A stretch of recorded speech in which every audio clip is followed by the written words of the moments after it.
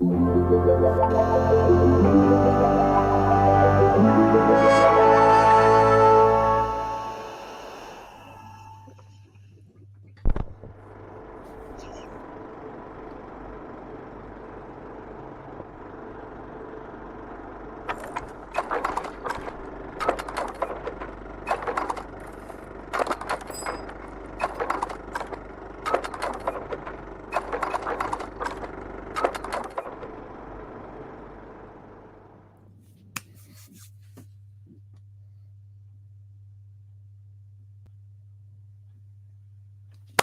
everybody, welcome to the interesting modelling company Sunday. So it wouldn't be the Sunday service without me forgetting to switch something off. So anyway, we have a special tonight. We're joined by Mr. Ian Hartup, who's come along to talk about some of 2024's new car and bike releases. How are you doing, Ian? I'm okay, thank you, Jonathan. Excellent. Excellent weekend, I thought. Yeah, it's a short weekend, isn't it? They always are. Right, let's dive. We got lots to cover tonight, so I'm going to dive into the schedule here. And he says, trying to find the schedule. We have some new kits coming from BMAX and Nunu. So, do you want to take it away, Ian? Okay. So Jonathan and I spoke over the last couple of weeks about what's new, what's coming through. So we thought we'd do a little show tonight and just cover some of the major players. What is noticeable, and you'll see this as we go along, is 1/12 is back in favour with the car model manufacturers, and that's leading down to some interesting prices. Let's just say that. So Nunu, BMAX, Aoshima, this sort of linked conglomerate group, are introducing some interesting stuff. We've previously had Meng do a 1/12 scale MP44 that came out last year. It's been a lot of people like it. I know Mike Williams, also of the interesting modelling company, just about finished one for Airfix magazine, and I saw some pictures of that today, and it does look really, really nice. BMAX have gone a slightly different route. They've gone very much more the Tamiya traditional route than the Meng easy to assemble route, and that's a little bit more detailed. And that car kit is due middle of the year. In addition to which, their Lotus 99 in 12 scale as well, which is hitting the shores round about now, I believe. People get very exciting, saying, "Oh, we're going to get that very soon." That's a full detail kit as well. There's this upgrade set that this picture relates to is coming out. That's nearly as expensive as some of the current 24 scale kits. That picture illustrates kind of what you're going to get. We're going to get a fully detailed, high spec 12th scale race car kit. A couple of people have commented already about screw heads on the side pods. Yeah, kind of see that problem. That might need a little bit of effort to replace, but with the magnets and things like that that are around nowadays, shouldn't be that difficult to deal with. But looking at the pictures, beautiful. This is the upgrade set, and you can see full carbon fiber, 3 photo etch frames, what appear to be detailed decals top right, and some other obviously the usual turn metal selections and bits and pieces like that. So that probably will supplement the basic kit very, very nicely. And I think your enthusiast model is going to spend over £100 on the kit. He's going to be quite happy to go out and spend another 60-70 quid on that upgrade set just to get what you see here and up the level. It is noticeable there are camels on those decals, which is an interesting development. Obviously, tobacco sponsorship is very much a no-no with the mainstream manufacturers. It's interesting that this lot have gone that route. So, be interesting.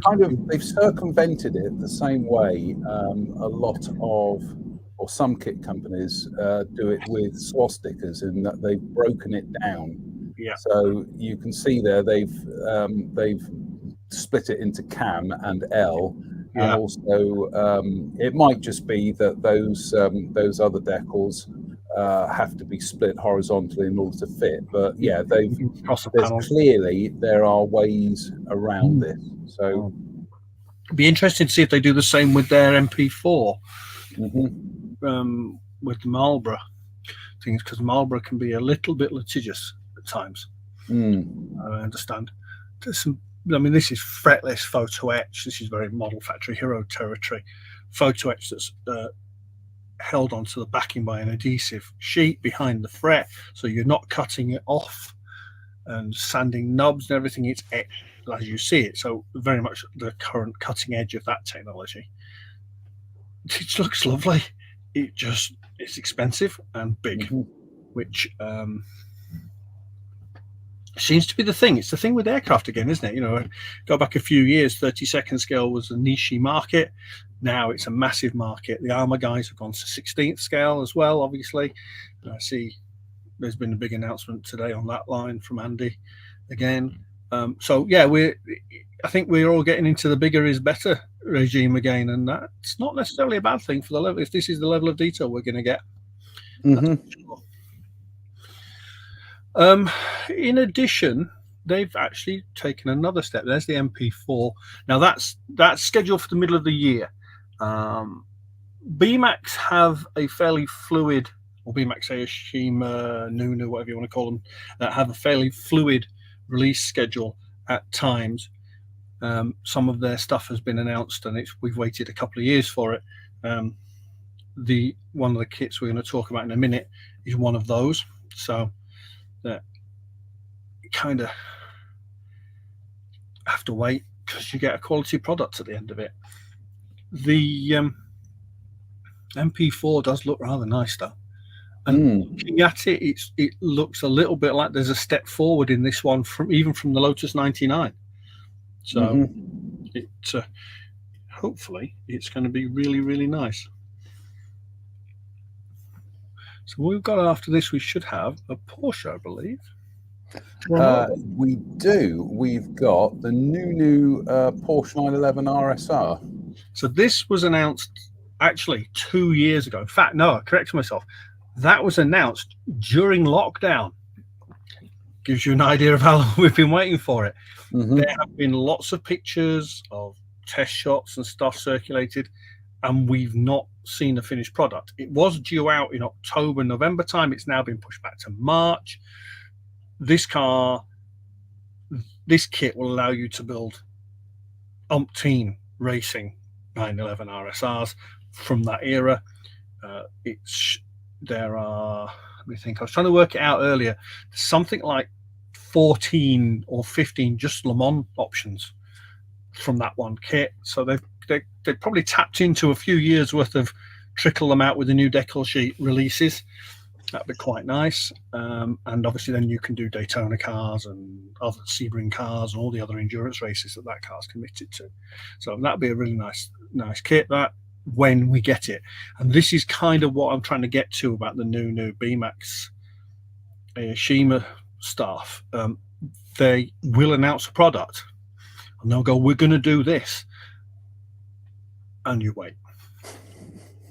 We talk about Tamiya and their process of, this is what we're going to do and it's ready to ship next week. And Airfix did it recently with the Sea King and the Messerschmitt 410. Yep. This is ready to go. Here you go. I don't know which is the best approach. There's a certain amount of anticipation around, the Lotus 99, for instance. I've got a very good friend of mine who has been badgering me about when that's coming out. Absolutely. To the point, he's pre-ordered it from a model shop that's near me because he gets a good price there. And it's like, when am I coming up to collect this kit? Well, I don't know. Because as far as I'm aware, it isn't even in the country yet. So that's the thing. Whereas with the just-in-time model, here we go, here it is, ready to go, buy it now. I don't know whether that's better or not. So we'll see. But I think the other one from Nunu is the motorbike that they're issuing. They're issuing the new a classic 1993 RGV. That's a real diversion for them. They've never done bike kits before. It's usually the territory of Tamiya and Fujimi and Hasegawa. although they've both gone off the boil. Tamiya are still occasionally doing them. This will be interesting to see what it looks like. The sprues look very Tamiya-esque. It's very, very much styled in the way of Tamiya bikes, and very, very nice. Is it my imagination, Ian, or are they hinting there that they're going to include a clear body shell so you can see all the engine bits and pieces? I don't know. It wouldn't surprise me. Because here we can see there is the piece which is molded solid. Be interesting to see. I take your point. It's very Tamiya-esque, isn't it? If you look at the sprue with the bodywork and the wheels on, to do a clear body shell option, you'd have to mold that entire sprue in clear. Yeah. So I think it's unlikely. But it's just that they're illustrating that there's a full engine in there, which when you look at the pictures, there most definitely is. There's a suggestion that there's a cooperation gone on here with Top Studio, who are a major player in the aftermarket world for 1/12 scale motorbikes and also 1/12 scale cars. They do some superb sets for the Tamiya Williams, the FW14, and for the MP4, some of the Fujimi 120 scale cars and the Tamiya 120 scale cars. There's aerial sets, engine detail sets, suspension bits, brake bits, all in resin, beautifully cast, lots of photo etch, turn metal bits. They're stunning. And as you can see on that logo there, you've got Top Studio queued up in the bottom right. So that is probably really good news, because their work is always absolutely fabulous. They make the most beautiful etch and detail sets, and I have many of them at a huge investment, which we best not talk too loudly in case our indoors is watching. We mentioned Tamiya. Now they've got it's mostly reissues at the moment, isn't it? Welcome reissues, but mostly reissues. There's a couple of things on this year's reissues list which are very highly prized kits. The 300 SL has been around maybe about 10 years now. Lovely, lovely kit. Really will warrant that full cleared body, because there's a full chassis, an engine and suspension in that. Every piece of detail in that is visible through that body. Yeah, brilliant. Someone will love that. I'm not a big fan of clear bodies because I always mess them up, but there you go. I'm sure you'll enjoy building one at some point, John.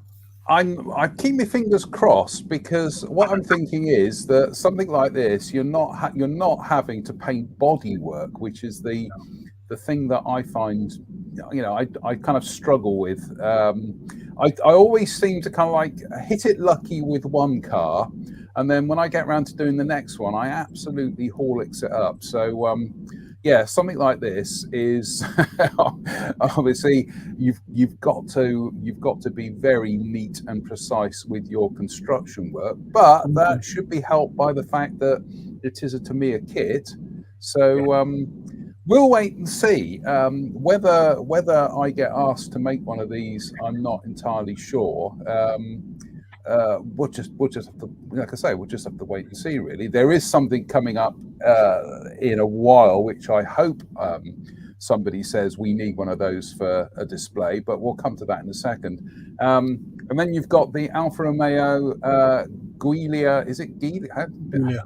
Help me out here, Ian. Giulia. Yeah. That kit is a really welcome re-release. Massively sought after on the second-hand market. They've been reaching £100 or more for second-hand kits. I'm seeing suggested retail for that of about £35 as a reissue. That makes me a lot happier. If only because as a modeler of Targa Floria cars, I think I can make about 28 of them, and that's only about a third of the cars that raced it, because I can document those 28. It's a massively significant car in its era, and an absolutely beautiful kit. There was a couple made up. One was in the competition at Telford 2021, I think, that was just absolutely stunning. It's a lovely, lovely thing. It's a beautiful looking car. I mean, it kind of it's one of those things that you kind of look at what British motor manufacturers were making at a similar time, and we were just sending out cardboard, weren't we? Whereas something like this just has that it just has that beautiful kind of elegance to it, doesn't it? It's a functional vehicle, but it still has style. Yeah, it's Italian in its mid-60s. That's it. That's all you need to know. That's all you need to know. Always going to be beautiful. Yeah. So, talking of Italian, we also have Tamiya are doing a couple of reissues of their Fiat 500. Now, I have very strong memories of Fiat 500s because when I was at school in a place called Finch Hampstead in Berkshire, one of the teachers had a Fiat 500, and I just remember being completely kind of blown away by how small they were, you know, and especially when compared to something like like an Austin or Morris Mini. Yeah, the Fiat 500s, the originals, were tiny, weren't they? Yeah, I mean that kit's actually out. It has arrived. Right. I have one in my hand. But I prepared earlier. That arrived a couple of days ago. It's been out a couple of weeks apparently. What's interesting is they're issuing some of the kits from their classics line. So they did a 2CV, they did a Beetle, they did 500, they did Jag, beautiful Mark II Jag in both road and race form. And that classics lineup are very sought after kits because they come, they go, they come, they go. And seemingly the go bit gets longer every time. The Alphas in that class as well, the 300 SL in that category. And those are the kits that seem to be perennially in demand.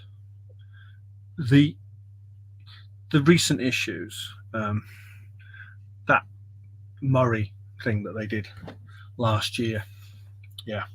But there's the other one, a Bath 695 SS, just a classic kit of a fabulously fun car.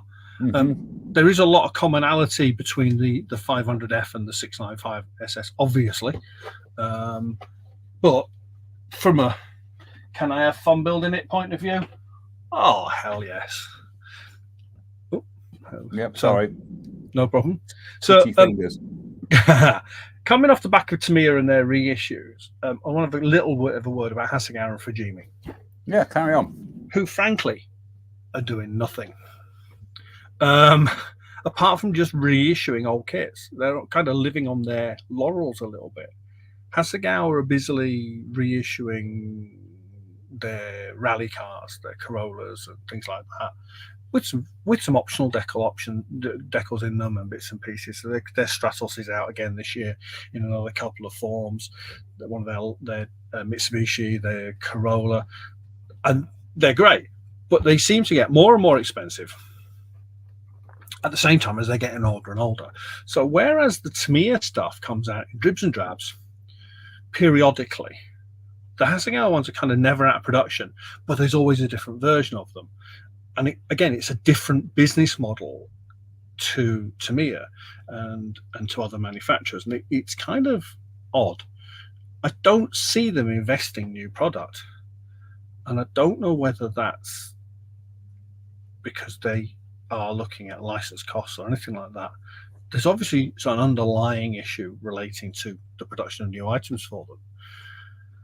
And it's a little bit of a shame because there was a period of time when a Hasegawa car kit was generally regarded as something to really look forward to. But we're getting the same stuff over and over again. Their Jota and their Miura are back out again this year. Again. So, yeah, not a lot happening there. And it's a little bit sad in some ways.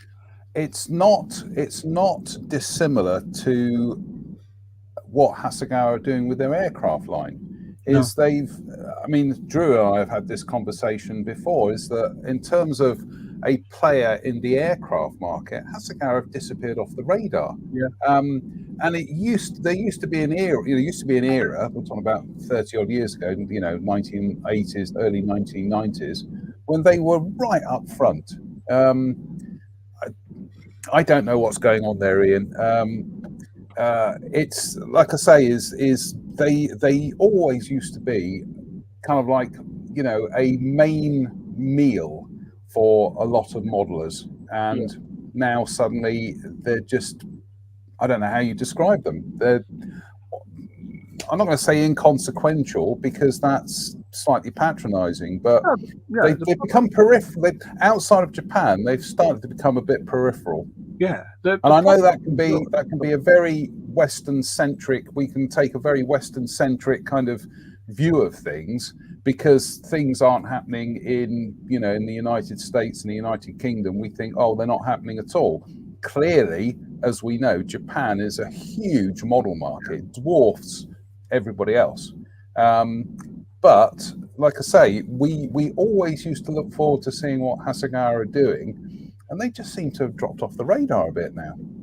Yeah, I've been digging around because obviously we were going to do this. I've been digging around on the Japanese sites as well as the UK site, the European sites, trying to see if they actually had got anything new. They've done a little bit of Mac, Machine & Krieger, SF3D, recently, and they've done a little bit of Macross stuff. But it is little bits. And the problem is I'm not that knowledgeable about what they've done before in those subjects to be able to say that isn't just another Rebox like we're getting with the cars and the planes. So I'm kind of looking at it and going, are we watching the slow fade into obscurity of this brand, or are they going to suddenly come back into life with a bit of cash investment from somewhere in a couple of years' time and blow us all away with new products? You don't know. But we've been through this with FX, Hella, Revell, all these manufacturers. They have this peak and trough setup, and it's interesting. I kind of like to sit off it and watch and see what's going on, and it's kind of how my brain is. Watch this product development and think, interesting. Where are they going with that? It's like Revell with the Star Wars stuff a couple of years ago. You wouldn't have thought that they were going anywhere like they are now. And that the speeder bike that I know you're working on, absolutely stunning, absolutely. So yeah, we might suddenly be awakened. Sleeping giant may awake from the east, and suddenly we'll all be happy people. But we'll see. Got a question for you here, Ian. Is Jim Altercott says, question: are you aware of anyone that has made a model of a split window VW Beetle? Yes and no. There is a 35th scale by CMK, split window, early, very, very early, like just around the time they went back into production when the British put the factory back in. I cannot tell you there's a 24 scale kit or a 25th scale kit because I honestly don't know. Tamiya did a 66 and Hasegawa did a 67. But before that, there was an Aoshima kit, but I can't date that for you. I really can't. And I think if it's of the era it was, you'd be lucky to date it anyway, unless you built it. So no, I can't answer that question directly. I'm really sorry. Jen Wright says Revell do one in 1/16 scale. Yes. I know someone who's building one of those. My friend Lee Elliott is busily whittling on one of those. He's doing something obscure and hot rod based on it. But I've got one of the oh goodness me, I know we're kind of going back in time a bit too much here, but I've got one of the World War II era Volkswagen. If I call it a Beetle, it's what we're talking about. It wasn't called a Beetle at the time, but I've got I think it might be Tacom. Beautiful little kit. I've just got to try and find the time to do one, really. So, Tim, hello, Tim. Tim says Rifefield Models did a Beetle. Yeah. 35th. Yeah. And John Connolly's got a question. He says, "Hi guys, not being a car or bike modeler, how big is this side of the hobby compared to aircraft and AFVs? Is it smaller or bigger than I think?" Depends on which side of the Atlantic you're on. Massive in the USA. Yeah. The American market for a long time was dominated by the likes of AMT, MPC, producing huge numbers of car kits. Every year's model got a new kit. Massive. This side of the Atlantic, less so. Our world was dominated by Airfix, realistically, and Frog, and they mainly did military subjects, so we grew up around military kits. There is a strong car modelling group within the UK hobby. You only have to spend some time whizzing through Facebook groups to find the likes of the various IPMS groups, the Car and Motorcycle SIG, the Formula One and Motorsport SIG, the Hot Rod and Custom Car SIG, or there's Road and Track in Scale. These guys are out there doing, well, as groups doing beautiful work, but it's almost a niche. You know, your average show, you'll go to a club display and there'll be one guy that makes cars or two guys that make cars. There'll be the odd car on display and everything else is military or figures or whatever. And that's not necessarily a bad thing. I don't have an axe to grind on that one. I build aircraft, armor, figures, you know. So, yeah, over here and in Europe, there is a strong car hobby. You just kind of need to know where to find it. And that's, once you've found it, though, we'll never let you escape. Right, we've got some Revell. Right, Revell.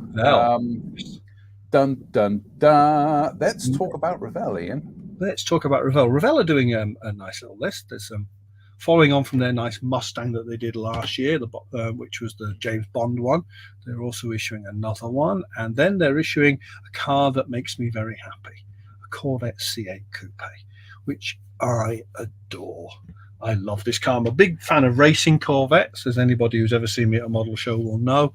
But that thing, I saw one of these in the flesh on the Pacific Coast Highway a couple of years ago. I was meandering down the Pacific Coast Highway, a friend of mine, and one of these went past me like I was stood still, and I loved every second of it. It's beautiful, and it's not a traditional Corvette. It is mid-engined, so it's the first ever mid-engine Corvette, and it's a stunningly beautiful car. But there you go, that's my personal preference. I love that thing. But they're also following up with the new Lamborghini, which I cannot pronounce yet. And if anybody can explain how to pronounce it for me, they're welcome to send me an email, because I've read that name. It's got far too many vowels in it, in an order that doesn't seem to make sense. So, but that is the new Lamborghini. That is an all new tooling, injection molded plastic. And again, it will be a seller because it's a Lamborghini, and it'll be Revell, and it'll be everywhere, which should make it nice and easy to get hold of, and it should be nice to build. Although, having said that, I suspect if an Aoshima B-Max version of it comes along at some point, which may yet happen, we'll see which is the better of the two. But, and yeah. I do believe Revell are also doing a tie-in with some Stranger Things kit. This is fabulous. This shows someone in their marketing team who has a very, very clever brain. There's some corking cars in this list that if you, to be honest, I've only ever watched a few episodes of Stranger Things. I don't watch a great deal of TV that isn't sport or motor racing, but the cars that were in it just made me happy. That's fabulous. Is there a T3 or a T4 as well? Pick a minibus, and there's a couple. There we go. That just the deco options alone on that will be fun. That's corking. So yeah, that's a really clever piece of marketing. I'm really impressed by them, but that's typical Revell. They really do know how to tie in a model to a marketing campaign, and they've done it very, very well for a long time. Jumping on the Stranger Things bandwagon, genius, absolute genius. And I look forward. They're also doing a Chevy police vehicle as well. and they're also doing a Camaro, I believe. Oh, that's a 69 Z28, which is a reissue. And I would show you my work in progress one, but it'll take me about 20 minutes to bury it out of the pile down here somewhere on the right hand side. So I actually got that kit already. That's a nicer kit, that. If someone said to me, Ian, I want to build an American bit of American muscle, and I want to build a 20-foot scale, I would point them at that kit. It's a really nice, intelligently tooled kit of a fabulous subject. God, I love a Camaro. I know I keep threatening that I am going to build a Revell car at some stage, because my late uncle, Roger, passed away 10 years ago this year, actually.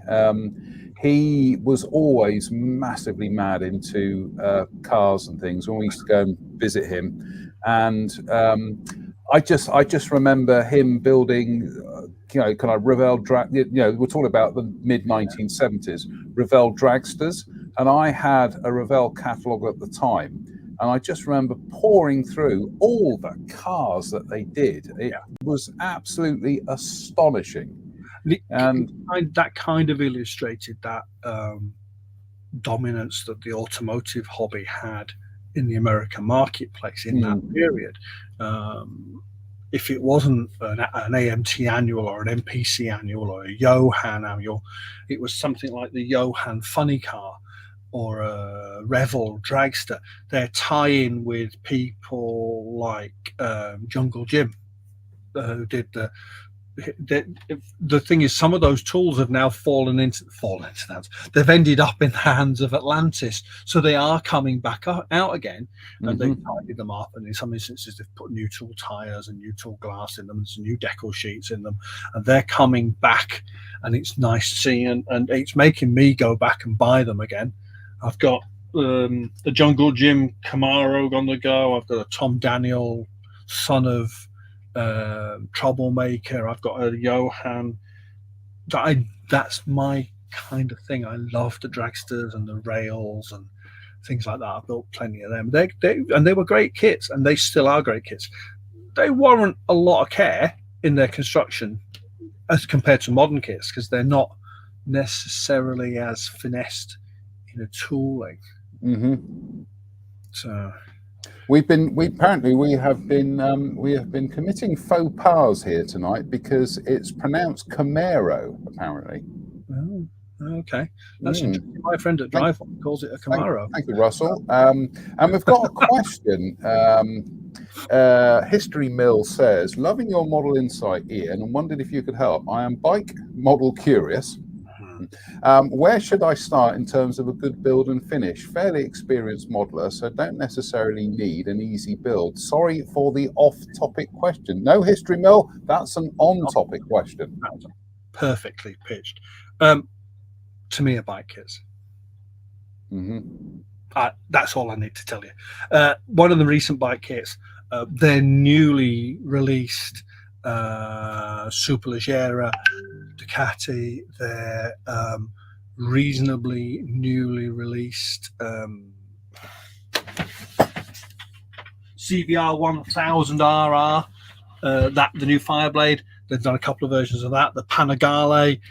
These kits are just works of art from a kit production point of view. You can pick them up, and with the very basics of tools, end up with a very commendable result. Finish. It is literally just prep. The better you prep it, the more time you take making sure your finish is as smooth as you apply the paints, the better.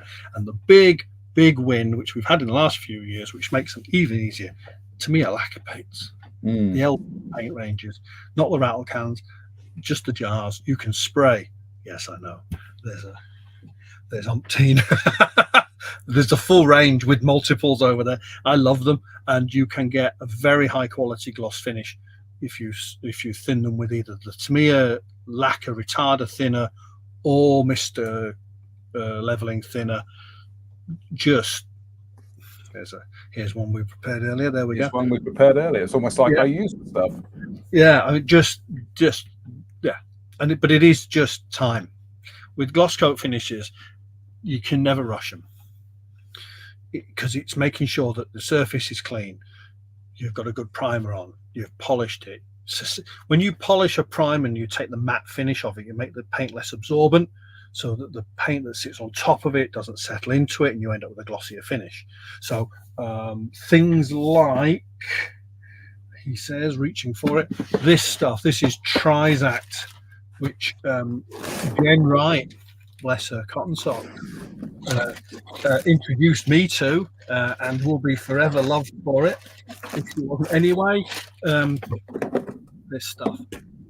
You got me looking for mine now, because I've got some here as well. Because Jen, because she works in works in professional paint finishing.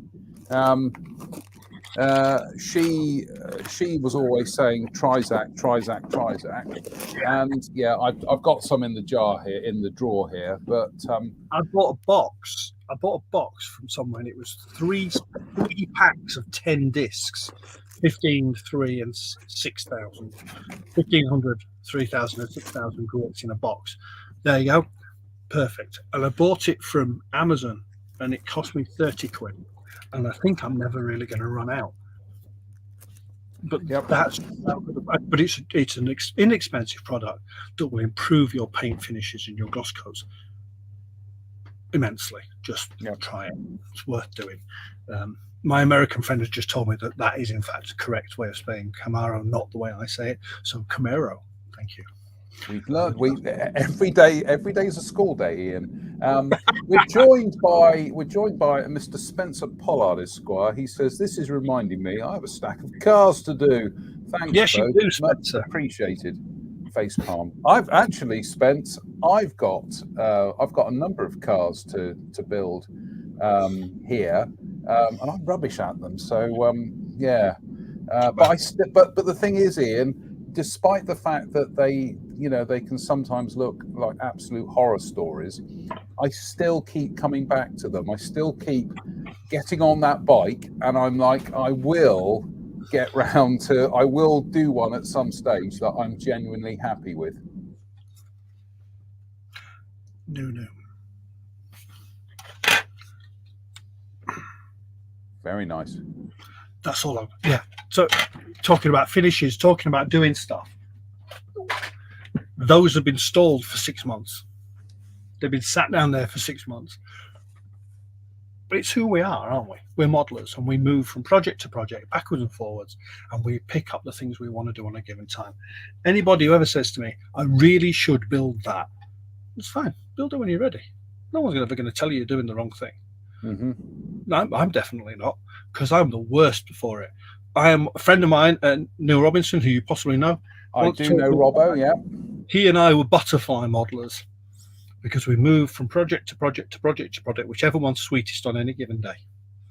Yep. Mike Williams says, Trizact has been a godsend on my big McLaren bodywork. Yep. That's why you're building it and I'm not, Mike. And John Connolly says, just a thought, with ICM releasing 124 scale German staff car, could this be the same as Border model releasing 135th scale aircraft? Well, there have been 124th scale military vehicles released. Italeri, the Jeep, and a Land Rover, did they? Was it a Land Rover they did? They did. I built both of them, actually. Yeah, and there's been a couple of other 124 scale military type subjects like that released over the years. And it never really took off. I think the switch to 1/16th kind of bypassed it. So rather than going from 135th to 124th and then maybe switching up to 1/16th, we've kind of bypassed. There'll be some, hopefully there's some enterprising manufacturer out there going, I've got an idea, lads. Hold on, lads. I got an idea. Yeah. But there have been some. Then it just never seemed to really take off. I think us car modelers, or those of us who class ourselves as us car modelers, tend to be either incredibly focused on cars or a little bit like me, a bit flitty about, and there isn't the middle ground. Whether that means that there is an opportunity for someone to then come in and do 124 scale military and things like that will tie into it, I don't know. A couple of people have done 124 scale motor racing bikes. Hella did some, and things they kind of didn't take off because we're very much an accepted scale hobby. So the 120th for F1 cars against 124th for F car argument, for instance, illustrates that really strongly. There are a couple of very, very talented modelers that I know who build their F1 cars in 124 scale, and what's available to them is quite restricted. Whereas you've got the likes of Tamiya, Ebro, Fujimi, Studio 27, Model Factory Hero, all these other people doing 120 scale F1 cars, and also 124 scale race cars, and they separate them. So it's an interesting question of scale, how you would get into the ribs of the people who are already building in scale by releasing something a little bit out of the ordinary. I think I'm going to say something controversial. Aircraft modelers are possibly more receptive to scale switching than car modelers, and I cannot tell you why. There you go. I can't. I haven't got an answer to that, Ian. No. No. Talking of big scale cars, now this is one I sincerely hope does flash up on my radar this year, because it's Italeri, and it is their 1/12 scale Lancia Stratos HF GR4. Oh my goodness me, what a thing of beauty. So Italeri have been in the 12 scale market as well, following on from the conversation we had before, for a few years now. They started off by reissuing a couple of reworked, I want to say Protar, but it might have been Porsche kits, things like the Fiat 806, the Fiat Land Speed car, the Mefistafale, and things like that. And then they realized they sold really well. And they came back with Lancia Delta HF Integrale, Bugatti 35B, another version of which is in the catalogue for this year, and they're beautiful. I've seen a couple of people that have built the Lancia Delta, and it's a car I absolutely love. So I was when I actually got a proper look at the kit, I was very impressed with it. It's a really nice thing. If I built it, I'd have nowhere to put it. That's the only reason I don't build the tour scale stuff. That, however, that car there is Ian's kryptonite.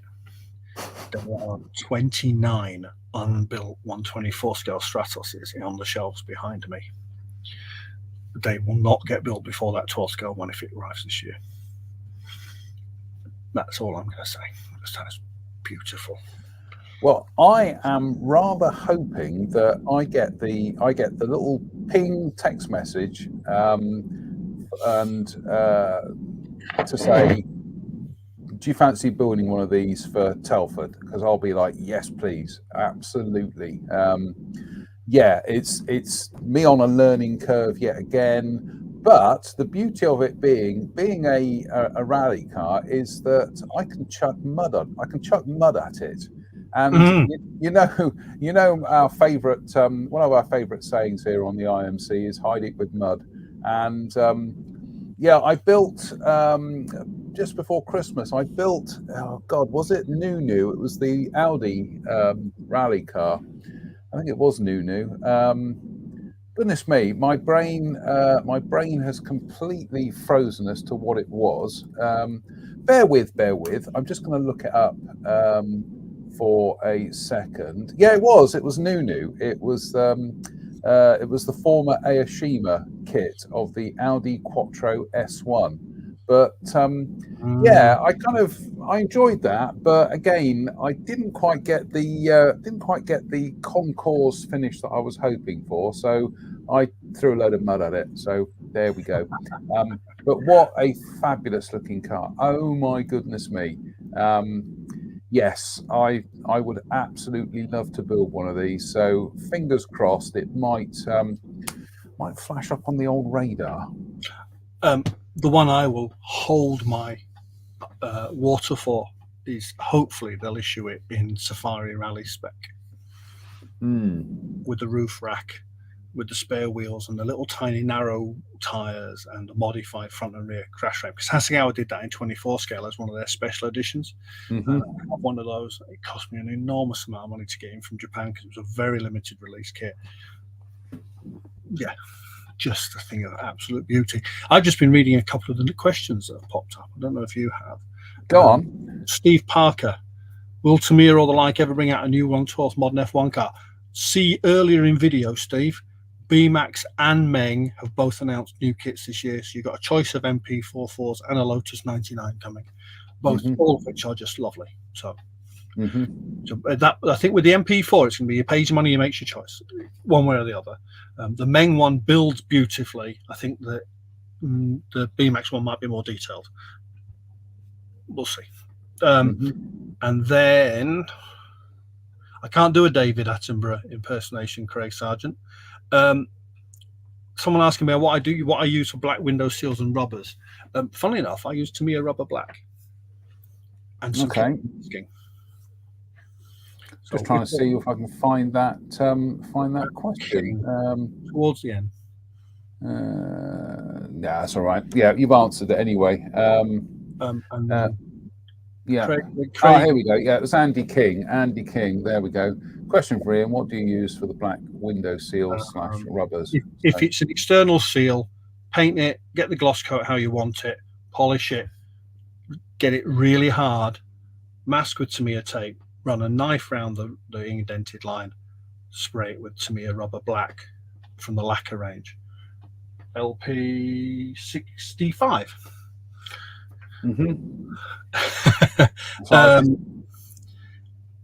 Craig's asking if there's a market for someone to reintroduce the legacy Porsche kits.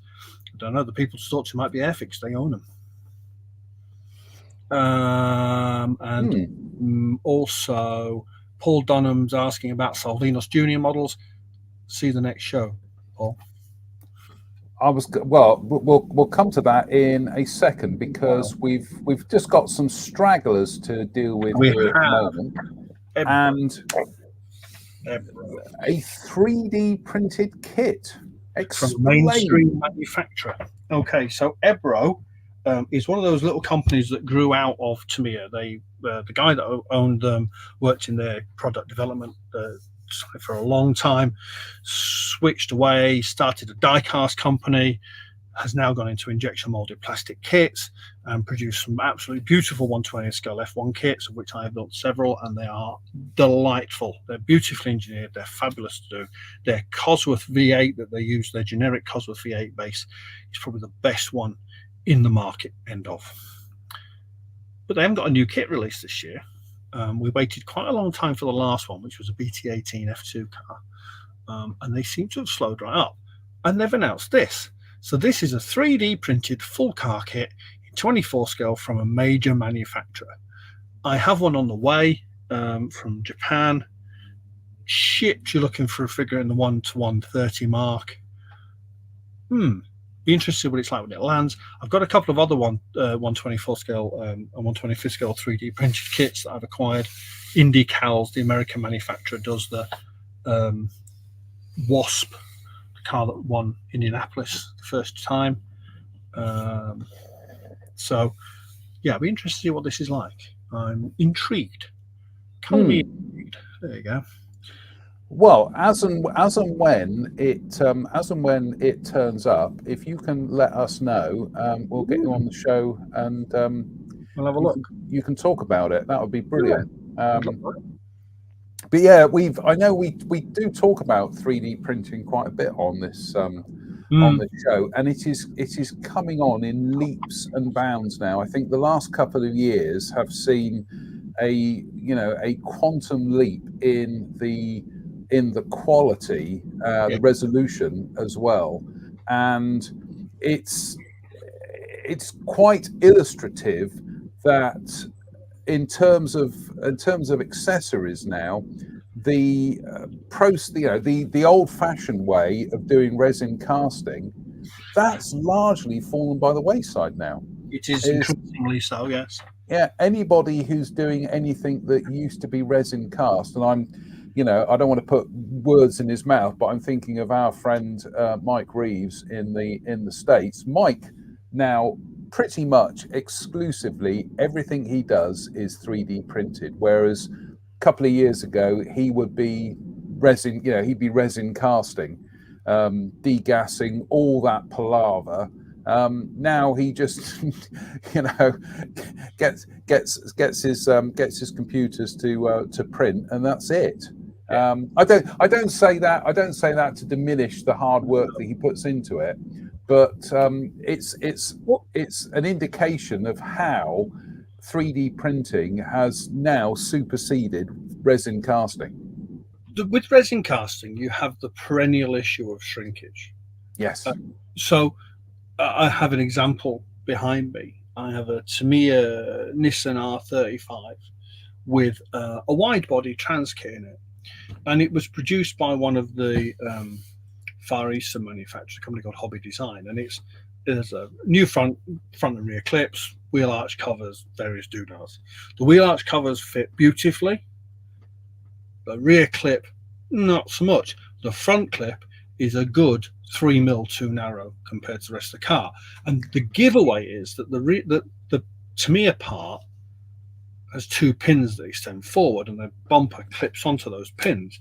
And what they've done is they've modified the kit part and then cast it in resin.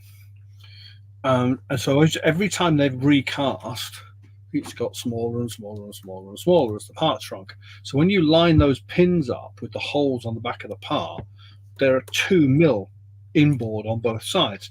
So if you then force it to fit, you end up with the wheel arch coming around and then a 2mm step to the bumper. So I ended up having to cut various slices and spread it and reshape it. Whereas there's a company in the market called LB Productions, and LB Productions are now producing trans kits for the Tamiya Mercedes race car that they did a couple of years ago, the GT3 Mercedes AMG GT3 car. There's an Evo version of that car which has a different grille and front and rear clips compared to the Tamiya version, and he's 3D printed the replacement front and rear clip, and they are a push fit onto the Tamiya parts, because the benefit of 3D printing, even in resin, is you can factor out the shrinkage.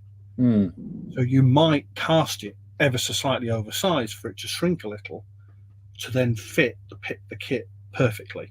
And these 3D printed examples, and I would show you at this point, but I'd have to go rootling over there, just fit beautifully. And so yeah, I think the benefit of 3D printing, particularly the resin type 3D printing, the old plastic tube one less so, it is phenomenal. And every time I see a product that says, and I look at it, the difference in the quality just seems to step up and up and up. I've got some 3D printed motorcycle chains for the couple of Tamiya bikes that I've got behind me that are, well, they work. There's a manufacturer now made a flexible 1/12 scale motorcycle racing chain that's printed in one piece, and it comes with a choice of front and rear sprockets, or you can put it on, if with a little bit of modification, you can put it onto a modified Tamiya or Photo X part.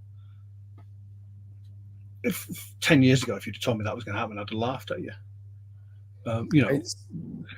It's just amazing, the rate of progress. Yeah. Steve Parker says there's been a rally spec 1/12 scale Stratos before, Doyosha or Nito. It was, Steve, it was Doyosha. And there we go. What? Look at that. What a fabulous looking car. Now, the one thing about they called that the Safari type. What they didn't do was change the wheels. The Safari rally car ran on a much narrower wheel. Hasegawa Right. did that 24 scale car. I have a very good friend of mine who has about 5 of them on the shelf in his workshop, and has so far resisted against all sorts of threats and promises of money to let me have one of them. So I shall now smile at him when my Italeri one comes along. The worst, well, not the worst case scenario. The one thing I'm a little concerned is that whether the Italeri kit's going to turn out to be the Doyoshu Nitsu kit. I would hope it's a new tool in light of what's come before, but in this world, you don't know. Right, let's go back to what do Italeri say? Italeri say 100% new molds. Yeah, Yes. I think we can. You noticed. Yeah, I think we'll take that, take them on their word there, and hopefully we'll, like I say, fingers crossed, we might be able to get one for the show. Dave Fleming says, it's a very good question. This, do you think 3D printing could open out the market for stock models, or are the clear parts a hurdle?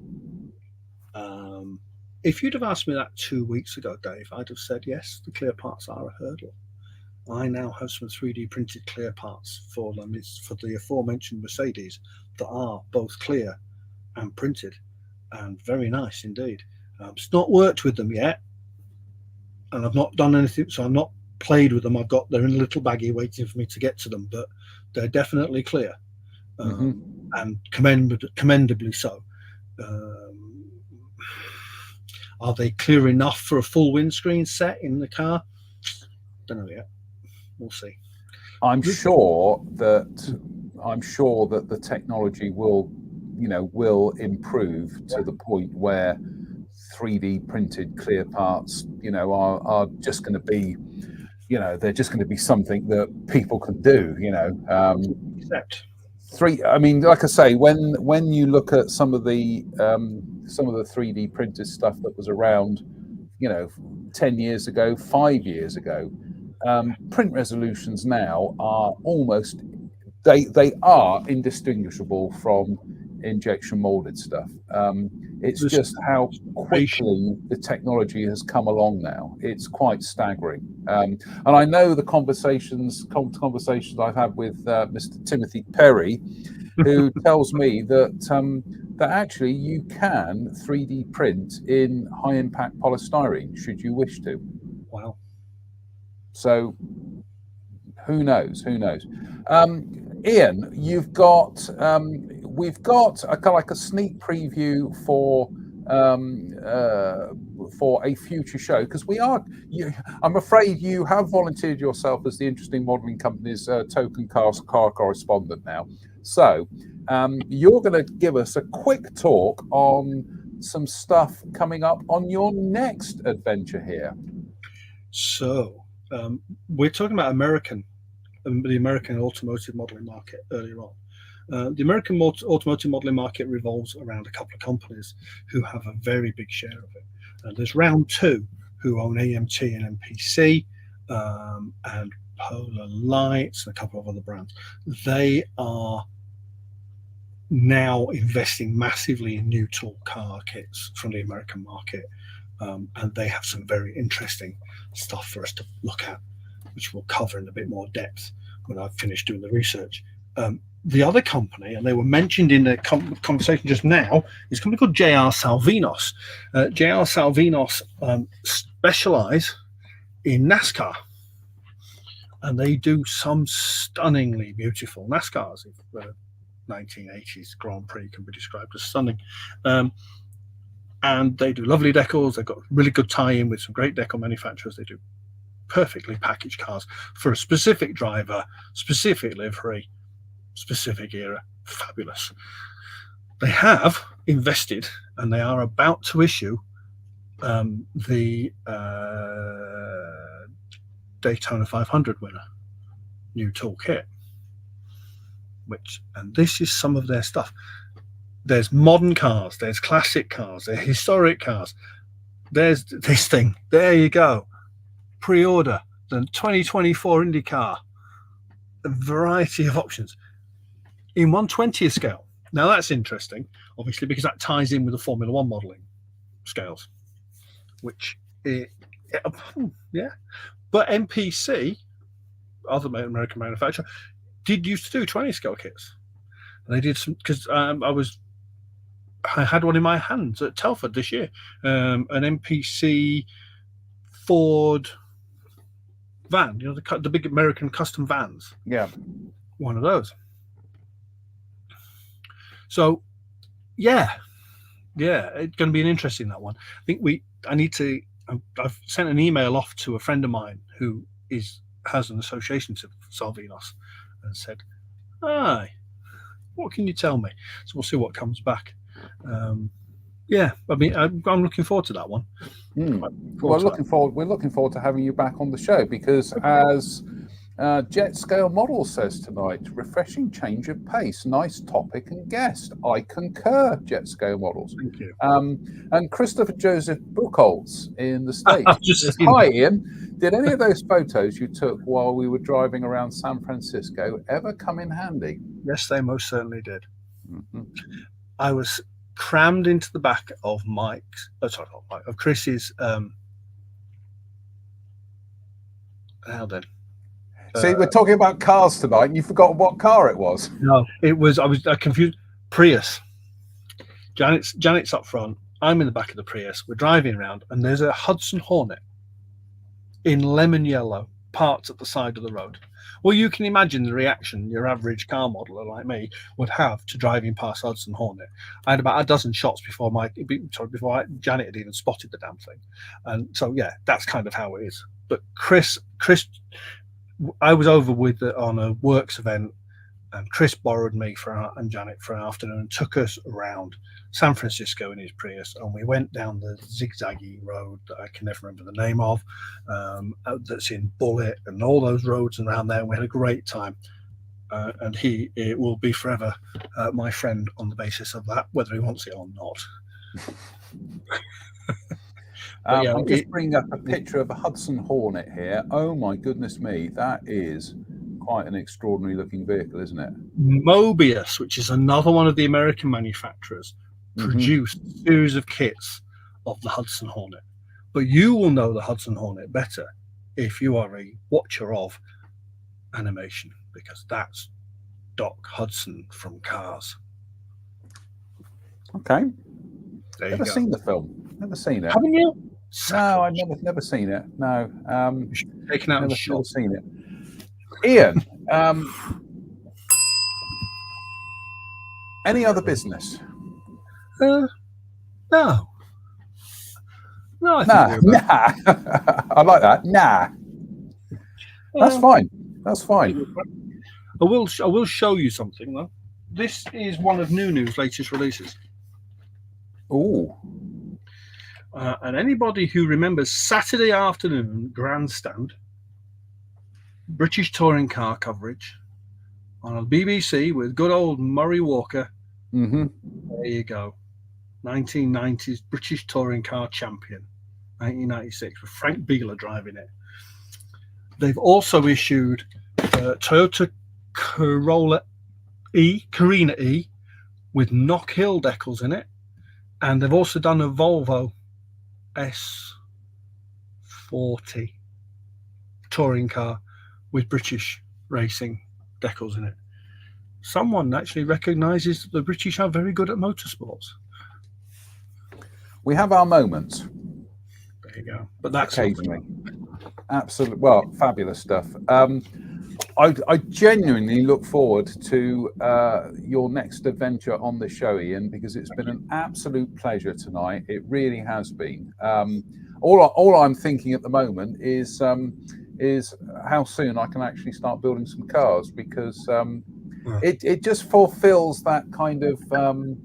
I hop around different subjects all the time, and it feeds into this thing that I used to have as a kid, whereby I had no control over whatever models would appear in front of me, because money was always tight. So if my parents were out and about and they suddenly saw, I don't know, it's like an Airfix Morris Marina or something, that's what I would be building for that particular kind of weekend. So to occasionally just be asked, can you build this? I'm always like, yes. Whether I can build it to a decent standard is immaterial. Do I want to build it? Yes, I do. And yeah, I absolutely love building cars now. They used to frighten me, but now that I've kind of got my kind of eye in with them, I just love the change of pace. I really do. It's absolutely brilliant. So the thing with the car kits, particularly the modern car kits, is these latest generation, the BMAX and new kits. If you build them with a little bit of logic, and you build them using the instructions, you and just do it like that, you can end up with what is basically a simple construction, because we're not looking at full detail engines and full detail suspensions and stuff like that. If you want that, build that Tamiya 300 SL. You'll love every second of it. I build my race cars. I build them closed up, bonnets down. Very rare you'll ever see a door open or a bonnet open or anything like that on one of my models, because I'm all about the shape and the livery. And so come back to that, for instance, put that on a table, finished, whenever, and they look stunning. And it's all about your finish and all about the way you present them, I think, sometimes. It's just that, and I like the challenge of it. That's all decal. I like the challenge of things like that. Because there are very good friends of mine who are now sitting looking at the camera going, we damn well know it, because they know what's in the drawers full of decals back there. They know how many obscure Far Eastern produced silkscreen decal sheets for Mercedes and BMWs and Audis and stuff there are back there, all of which will take me weeks just to decal one body shell. That's what I love doing. I just love the difference. They can all be different, but then the aircraft are the same, and we get into things differently. I build racing aircraft predominantly now for the similar reason. I'm building a Whittle Williams at the minute. It's bright yellow and dark blue. Sorry, bright red rather than dark blue. I've got a yellow Cobra on the go.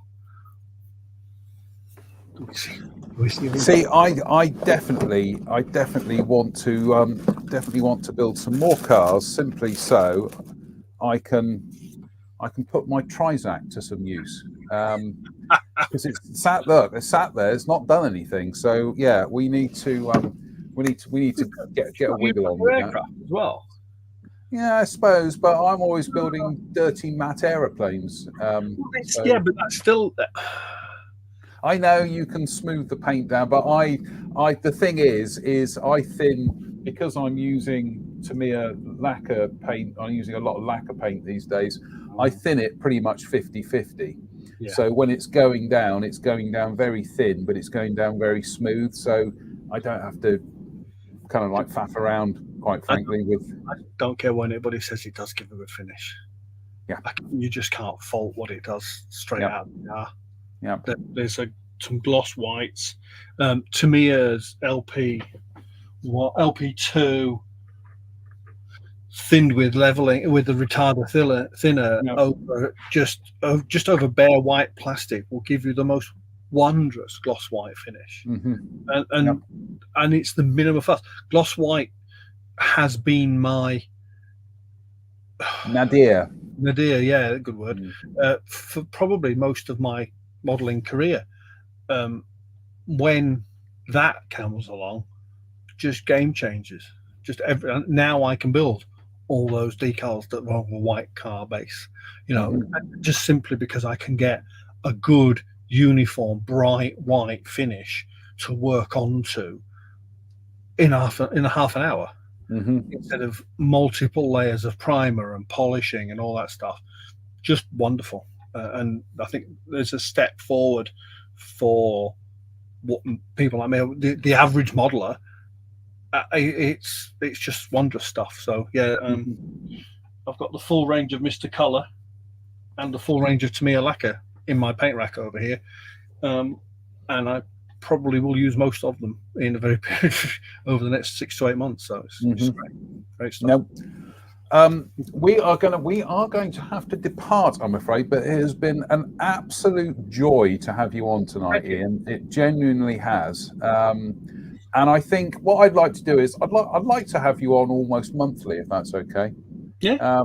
That would be good fun. I think yeah. We'll chat about that off air. Don't get Pollard involved because you'll never get a word in sideways. He's watching. I'm not going to say anything. I love him. I love him to bits. We will be back. Hopefully, we'll be back next Sunday. Might do some pop-up lives in between because, as some of you saw, like yesterday, I'm building this Star Wars Mandalorian speeder bike for our friends at Jadlam down the road in Glastonbury, and I am really looking forward to getting it finished so I can have a trip to Glastonbury, quite frankly. So there we go. Thank you, Russ at Jadlam Racing Models, for the chance to build this. Like I say, we might do some pop-up lives during the week. So thank you, everybody who tuned in tonight, for your questions and your observations. Thank you especially to Ian for joining us tonight. Really have enjoyed it. And we'll see you soon. And we'll leave you tonight with this. So goodbye. Good night.